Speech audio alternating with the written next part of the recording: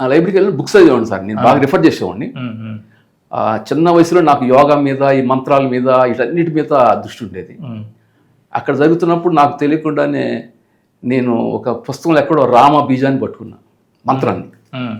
ఇంకా అక్కడి నుంచి నాకు రామ్ అనే శబ్దం అంతర్గత ఇదైపోయింది. ఇంకా నిరంతరం నాకు ఏ బాధ వచ్చినా రామ మంత్రాన్ని జపిస్తుండేవాడిని మనసులో. బయట ఎక్కడ కనపడేది కాదు, ఎక్కడ నమస్కారం పెట్టేవాడిని కాదు, గొళ్ళకి వెళ్ళేవాడిని ఎక్కడే ఉండేది కాదు, ఎక్కడ పోయినా తృప్తి ఉండేది కాదు.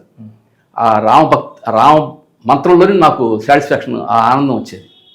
బాధ కలిగితే పక్కకు కూర్చొని రామ్ రామ్ రామ్ అనుకునేవాడు, ఆంజనేయస్వామిలాగా.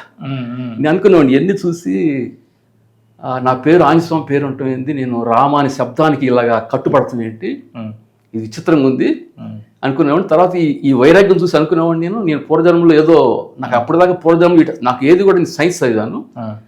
నేను ప్రశ్నతో మొదలయ్యే జీవితం. నా ప్రశ్న నాకు అందరూ చెప్తే వినను. ఇప్పుడు మీరు ఎవరు చెప్పారనుకోండి విషయాలు, ఇదని నేను నమ్మను. నాకు అనుభవం రావాలి జీవితం, అదే నమ్మకం. ఇంకా నేను అనుకునేవాడిని నా పూర్వజన్మలో ఎక్కడో, అసలు నాకు ప్రీవియస్ బర్త్ అని కూడా మనకు తెలియదు అప్పుడు.